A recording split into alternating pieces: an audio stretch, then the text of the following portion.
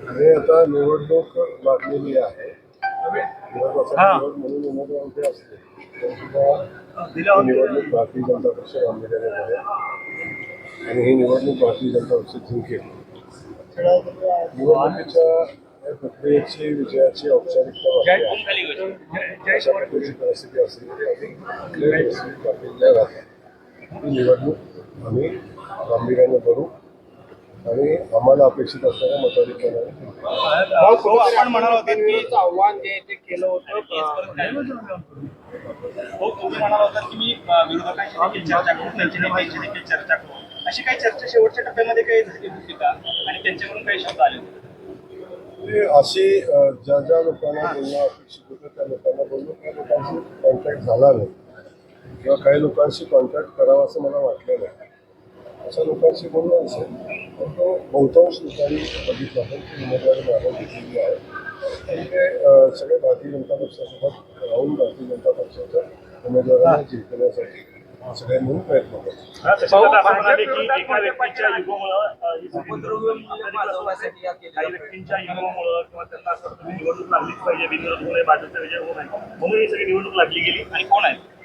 भाजपचा विजय होऊ नये म्हणून नाही, भाजपचा विजय होणार आहे याची पूर्ण जाणीव त्यांना आहे. त्या बाबतीत त्यांचं काहीच मत असायचं कारण नाही. आता निवडणूक लागल्यानंतर का लागली, कशी लागली, कुणी लावली या संदर्भात मला वाटतं चर्चा करणं माझ्या दृष्टीने उचित नाही. माझ्या दृष्टीने हेच आहे की ही निवडणूक आता आपण ताकदीनं लढली पाहिजे आणि ताकदीनं लढू. आणि मी आज सांगतो जे मार्जिन असेल ते भविष्यात उमेदवारी करण्याचा विचार करणार नाही अशा पद्धतीचं मार्जिन त्या निवडणुकीचं घेईल. आणि आकडा सुद्धा मी तुम्हाला सांगेन, तुम्हाला माहिती मी आकडा सांगणार फक्त मला एक दिवसाचा वेळ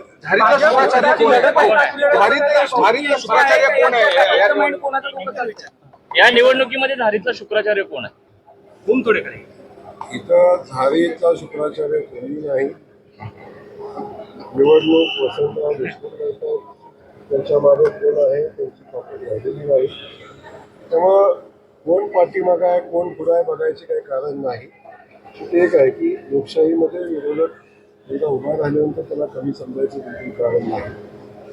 एकदा उमेदवार उभा राहिला की आपण जी निवडणूक लढतो गांभीर्याने भाजप मोहिते पाटलांच्या निकटवर्तीय मानले जातात. मग ही लढत जी आहे ती जयकुमार गोरे मोहिते पाटील अशी लढत मला एक समजत नाही. ज्यांच्याकडं 620 16 मतातली 16 मतं नाही अशा लोकांशी लढाई व्हायचं काही कारण नाही. ही लढाई जी आहे ही औपचारिकता आहे आणि औपचारिकता आम्ही पूर्ण करू 18 तारखेला. विनाकारण कुणाचं तरी नाव घेऊन कुणाला तरी मोठं करायचा प्रयत्न करू नका आणि ज्या कारणासाठी निवडणूक लागली ते कारण आपण साध्य करू नका. हो, आपण ज्यावेळेस पालकमंत्री म्हणून सोलापूर जिल्ह्यात आला त्यावेळेस मोहिते पाटलांना उद्देश आगे आगे देखो होता आहे क्या म्हणून आता पुन्हा तेच मी असं आगे आगे होत आहे का म्हणजे मी तर काही त्यांच्यासाठी बोललो नव्हतो. मला एक सांगतो तुम्हाला की भारतीय जनता पक्षानं मला काय उद्दिष्ट घेऊन होतं पाठवले ते उद्दिष्ट पूर्ण करण्याच्या दृष्टिकोनातून जे जे करणं शक्य आहे ते आपण करतो. ते उद्दिष्ट प्राप्त करायचा प्रयत्न करतो. त्यातली पहिला दुसरा टप्पा कंप्लीट झालेला आहे. आम्ही तिसऱ्या टप्प्यात आहोत. तिसरा टप्पाही पूर्ण होईल आणि तो पूर्ण होत असताना चौथ्या टप्प्याची वाट म्हणजे ही मोकळी झालेली असेल.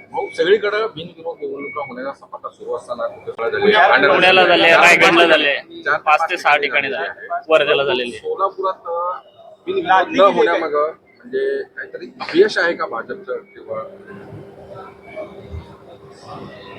अपयश तुमचंच आहे. तुम्ही लोकशाहीत असा विचार करता हेच मुळात योग्य नाही. लोकशाहीत निवडणूक लागली पाहिजे आणि लोकशाहीत मतदाराला मतदान द्यायचा अधिकार मिळाला पाहिजे हे डॉक्टर बाबासाहेब आंबेडकरांनी सांगितलं. आपण बाबासाहेबांच्या विचाराशी सुसंगत वागलं पाहिजे, सुसंगत राहिलं पाहिजे. भाऊ, 1997ला पहिल्यांदा भाजपनं ही विधान परिषदेची जागा सुभाष बाबूच्या रूपानं काढलेली होती. त्यावेळेस खरं तर भाजपकडे बहुमत नव्हतं तरी सुद्धा त्या ठिकाणी अदृश्य शक्तीनं काम केलेलं होतं. आता खरं हा 70 मतं असताना सुद्धा त्यावेळेस बापूंनी विजय मिळवलेला होता. आता भाजपकडे बहुमत आहे, यावेळेस वेगळी अदृश्य शक्ती विरोधकांकडून काम करेल असं काय वाटतं? बिलकुल सगळ्या अदृश्य शक्तीवर माझं बारकाईने लक्ष आहे. अजिबात काळजी करायचं कारण नाही. आणि अशा अदृश्य शक्तीवर बारकाईने नजर ठेवून आपण काम करू. ठीक.